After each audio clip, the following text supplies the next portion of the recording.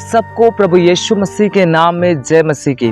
दोस्तों, आज मैं आपके बीच में बहुत ही महत्वपूर्ण परमेश्वर के वचन को आपके बीच में शेयर करने के लिए जा रहा हूं, जो आपके लिए काफ़ी सारे चीज़ें आप सीखोगे और आप प्रार्थना में ज़रूर बढ़ोगे।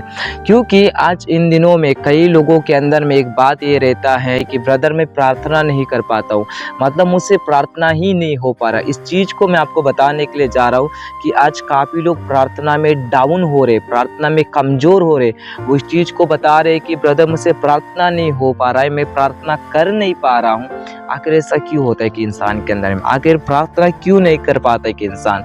इसकी एक बहुत बड़ी मेन रीज़न ये है कि शैतान नहीं चाहता कि आप प्रार्थना करो। ध्यान सुनेगा, शैतान नहीं चाहते कि आप प्रार्थना करो। इसलिए जब प्रार्थना का समय आता है तो कुछ अलग चीज़ों में वो हमें डाल देता है, या जब प्रार्थना का समय आता है तो कुछ अलग ही चीज़ों में बिजी कर देता है, और कुछ प्रार्थना का समय आता है तो हमारे अंदर कुछ चिंताओं को डाल देता है। तो प्रार्थना करने का कैसा मन लगेगा? जब प्रार्थना का समय आता है तो दुर्बल हमारे अंदर में डाल देता है, हम दुर्बल हो जाते हैं और प्रार्थना नहीं कर पाते। लेकिन एक बात है कि आप प्रार्थना में इस तरह से बढ़ सकते हैं। आप ध्यान सुने, प्रार्थना में आप इस तरह से बढ़ सकते हैं। कुछ चीज़ मैं आपके बीच में शेयर कर रहा हूँ, वो ये बात है कि अगर आपसे प्रार्थना करने का मन नहीं हो रहा है, या प्रार्थना का ध्यान आपके और नहीं है, प्रार्थना की एक लालसा आपके अंदर में नहीं है, आप घंटों प्रार्थना में अपने आप को बिता नहीं पा रहे, तो मैं आपको एक चीज़ बता रहा हूँ, आप उसको करना। आपका प्रार्थना का लेवल बढ़ेगा यीशु के नाम में। प्रार्थना का लेवल इसी समय बढ़ेगा। मैं घोषणा करता हूँ आपके लाइफ से यीशु के नाम में। आपको इस चीज़ को करना है जैसा परमेश्वर का वचन रोमियो 8:26 में लिखा हुआ है कि जब हम प्रार्थना करने में दुर्बल हो जाते, जब हम प्रार्थना करने का मन नहीं होता है, तब आप उसके करीब जाके बैठना है।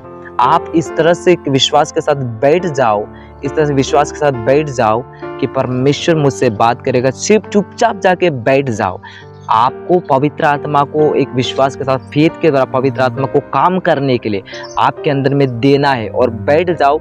पवित्र आत्मा आपको इस तरह से गाइड करेगा कि आप ज्ञान से प्रार्थना नहीं करोगे, लेकिन आपको आत्मा सिखाएगा। पवित्र आत्मा जब सिखाएगा ना आपको प्रार्थना करना, वो प्रार्थना बहुत पावरफुल होगा, बहुत पावरफुल होगा। क्योंकि जब पवित्र आत्मा प्रार्थना सिखाता है तो वो बहुत पावरफुल होता है। इसीलिए मैं आपको बता रहा हूँ कि आप इस बात में न रुके कि प्रार्थना का मन नहीं हो रहा है। कई लोग प्रार्थना का मन नहीं होता तो उसको उपस्थिति में जाने बैठने के लिए भी आमीन वो लोग बाहर नहीं जाते।